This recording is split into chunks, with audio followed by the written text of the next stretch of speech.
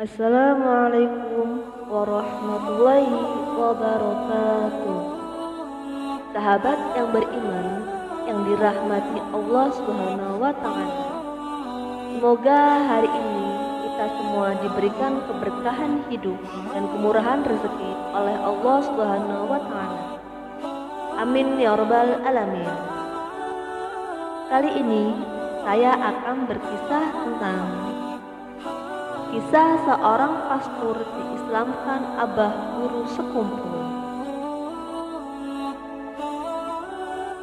Di tengah berkecamuknya pikiran apakah akan pindah agama atau tetap dalam kepercayaan lama, bahkan sempat terlibat perang sampit saat Hendra kebetulan punya kenalan yang masih keluarga dari Guru Rosyad. Dari sini saya punya keinginan untuk mempelajari Islam sedikit demi sedikit. Namun oleh karena Guru Rosyad sakit-sakitan, beliau menyarankan agar saya masuk Islam dengan bimbingan Abah Guru Sekumpul. Di antara Guru Rosyad dan menantunya, saya menghadap Abah Guru Sekumpul di rumah beliau di Sekumpul sekitar tahun 2001. Begitu melihat saya, Abah Guru Sekumpul berkata, "Masih sajakah mencium secara tajam?" Saya kaget karena beliau langsung tahu kalau saya bisa mencium bau suku tertentu. "Inggih," kata saya. "Ibarat kebun binatang, perut kamu berkumpul banyak binatang," lanjut Abah Guru Sekumpul. Dan memang karena saya bersuku Dayak dan masih bercampur dengan kepercayaan Kaharingan, ajian atau untalan apa saja sudah pernah masuk ke dalam perut saya. "Kalau ingin berislam, kamu mesti dibersihkan dahulu," kata Abah Guru Sekumpul. Saya malu saja ketika beliau menyuruh saya mengambil air minum di dapur. Beliau menyuruh saya meminum air tersebut dan beliau lalu menepuk pundak saya. Seketika saya merasa mulas dan muntah-muntah. Ada banyak kotoran hitam yang keluar dari mulut saya. Sekira-kira 1 mangkok ukuran sedang. Setelah beliau merasa sudah habis semua yang jelek-jelek dalam perut saya, kemudian beliau menyuruh saya berwudu dan kemudian diislamkan dengan cara dituntun oleh beliau 2 kalimat syahadat yang saya ikuti dengan pelan. Asyhadu an la ilaha illallah wa asyhadu anna Muhammadar Rasulullah. Ucap saya mengikuti. Begitu selesai pengucapan dan disahkan oleh hadirin, plonglah sudah rasa di hati. Selesai acara pengislaman saya kembali bercengkrama dengan Abah Guru Sekumpul. Kemudian saya memaparkan kisah lama saya di pantai Takisung. Beliau sepertinya sudah mafhum. "Tahukah kamu, nak, yang menemui kamu di pantai Takisung itu ialah Nabi Khidir alaihi salam. Beliau itulah yang menguasai lautan maupun perairan. Apakah kamu ingin berjumpa kembali dengan beliau?" Terang sekaligus tawar Abah Guru Sekumpul. "Inggih," jawab saya singkat. Beliau lalu menyuruh saya mengambil air dalam baskom dari dapur.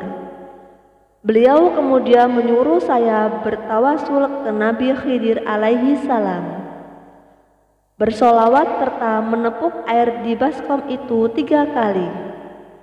Ajaib, Sekonyong-konyong keluarlah kakek seperti yang pernah saya lihat di pantai Takisum. Kakek yang adalah Nabi Khidir itu muncul sepinggang dari permukaan air di baskom. Saya cuma kagum tak bisa bicara.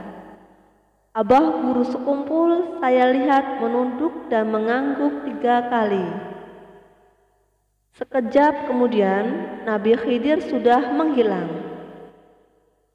Nak, tadi beliau berpesan agar kamu benar-benar dalam beragama Islam. Ibarat sekarang sudah diberi lembaran kertas putih, jangan sampai dibikin kotor lagi, kata abah guru sekumpul. Saya Hendra mengingat beliau pesan Nabi Khidir alaihissalam yang disampaikan melalui abah guru sekumpul. Abah juga menyampaikan nasihat tambahan. Nak, bila kamu sudah Islam kemudian menjadi kaya raya, berarti Islam kamu tidaklah benar-benar. Namun jika nanti kehidupanmu sulit dan susah, maka berarti kamu sudah beragama dengan benar. Sebab Allah berkehendak menguji keikhlasan kamu mengikuti agama yang hak ini. Papar abah guru sekumpul. Saya hanya bisa menganggukkan kepala seraya berkata, "Inggih abah." Beliau kemudian berdoa memohon kepada Allah semoga saya ditetapkan iman dan selamat dunia wal akhirat, untuk bisa berkumpul dengan beliau kembali di akhirat.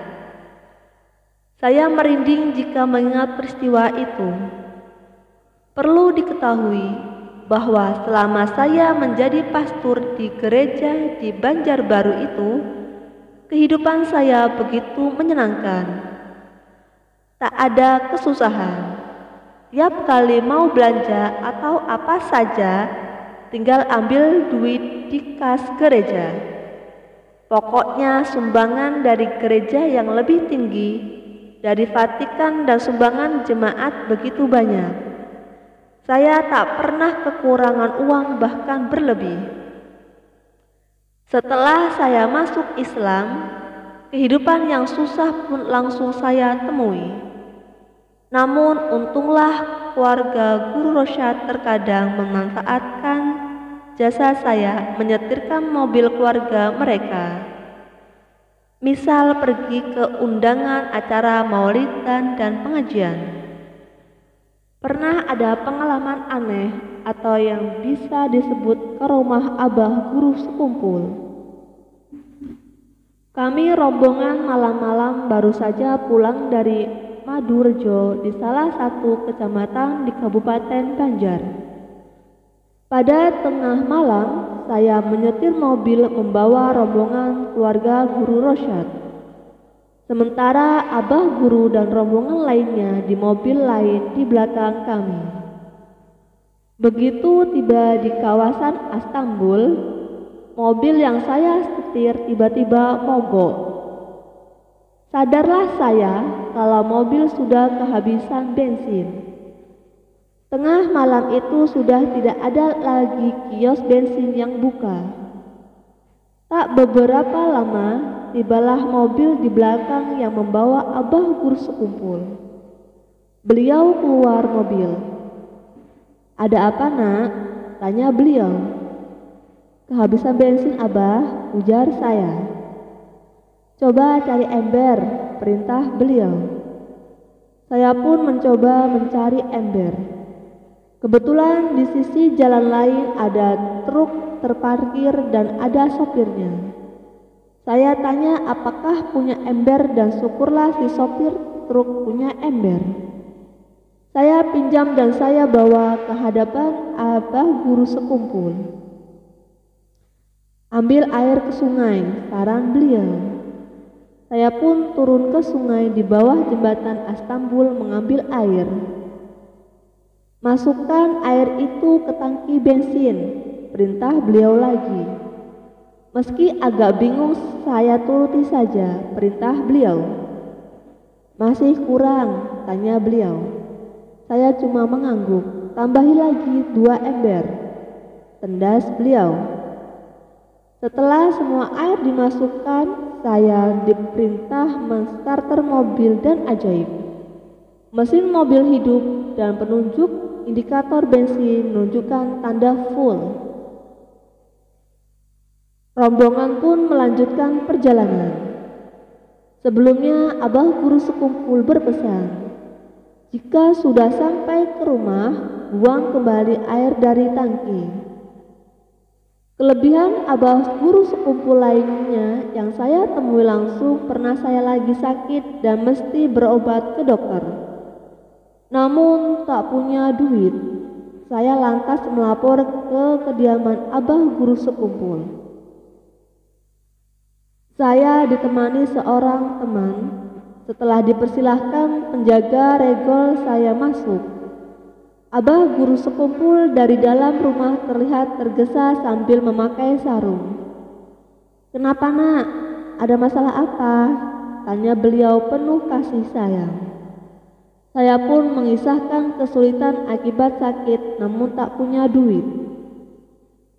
Beliau dengan sigap merogoh buntalan sarung dengan mengambil sesuatu.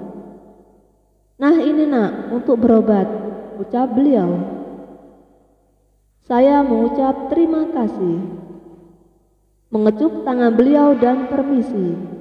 Namun berjalan keluar rumah beliau itu dengan hati bertanya-tanya.